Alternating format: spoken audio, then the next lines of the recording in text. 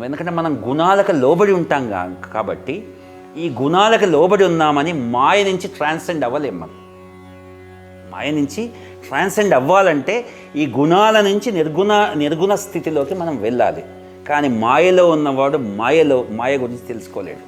దానికి కారణం ఏంటంటే, సపోజ్ ఒక కృష్ణమూర్తి గారి డైజెస్టివ్ సిస్టంలో పేగులో ఒక పరాన్నజీవి ఉంది.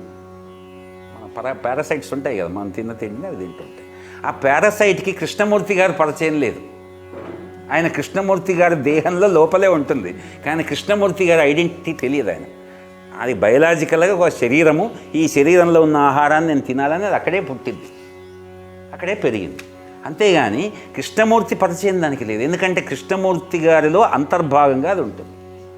అలాగే ఒక చెట్టు మీద ఉన్నటువంటి ఆకు కింద క్రిమి పుడుతుంది, ఆకుని తినేస్తూ ఉంది. ఇది వేప చెట్టు అని దానికి తెలియదు, ఇది మామిడి చెట్టు అని దానికి తెలియదు, ఇది దానిమ్మ చెట్టు నిమ్మ చెట్టు అని దానికి తెలియదు. ఆకులో పుట్టింది, ఆకుని తింటుంది, ఆకే ప్రపంచం అనుకుంటుంది. దాని ఆహారం అనుభూతి అంతవరకే తెలుసు. అలాగే మనం కూడా అలాగే భగవంతుడిలో అంతర్భాగమై మనం ఉన్నాం. భగవంతుడిని ఎలా చూస్తాం? వచ్చే సమస్య లేదు. ఎందుకంటే దాంట్లో ఇప్పుడు సముద్రంలో చేప ఉంది, దానికి సముద్రం సంగతి తెలియదు.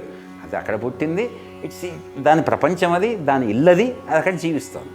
చేప కానీ, పీత కానీ, తిమింగలం కానీ. మనం సీషోర్ దగ్గర నుండి ఓహో ఇది సముద్రం, దీనికి అలలు ఉన్నాయి, దీనికి ఒక షోర్ ఉంది, దీనికి ఆ సముద్రంలో పార్ట్స్తో రకరకాల పేర్లు పెట్టుకుంటాం.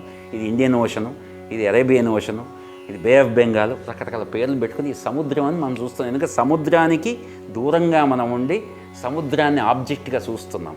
కానీ సముద్రంలో భాగమైనటువంటి జీవికి సముద్రం వేరే అని తెలిసే అవకాశం లేదు. మనం కూడా అంతర్భాగంగా ఉంటున్నాం కాబట్టి ఇక్కడ ఏమంటాడు, నా అభిజానాతి, తెలుసుకోలేకపోతున్నాం. మాయలో భాగంగా ఉంటున్నాం, అంతర్భాగంగా ఉంటున్నాం కాబట్టి మాయ గురించి తెలుసుకునే అవకాశం మనకి లేదు.